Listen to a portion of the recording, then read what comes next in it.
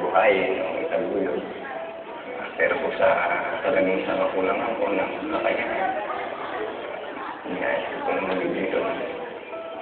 Minsan, meron pong isang bakante siya na lote, pero yun po ay kulungan ng bangke. Ang gusto ko pong tirahan namin, tumasin po, naghanap po ako ng mga tao na mga luma, so talaga yung medyo siraan. Pinagtyagaan ko pong tahiin sa isa hanggang sa mabuo ko po maibahag doon sa may paligid ng kulungan ng baboy. Habang ginagawa ko po yung tubig yung lupa ko dahil sabi ko, parang yung higma sa akin yung parang sarili ko, yung madilim yung pagiging ko, bakit ang nakakagalit mo? Pati nga yun, yung time na yung nandukulan siya, huwag mo namin, wala naman po talagang ito. Puro tiis na po, hindi ko na namin.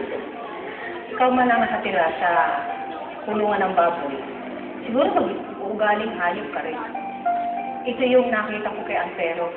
Nung pagkakausapin ko siya, nakatingin siya sa'yo, nakayupo siya sa lupa at nakatingin sa gilid. Hindi makatingin sa mata. Pero nung nalipat siya sa GK, mataas na ang kanyang noo at nakatingin siya sa amin kung makapusap. Nakangiti parate at masayang-masaya.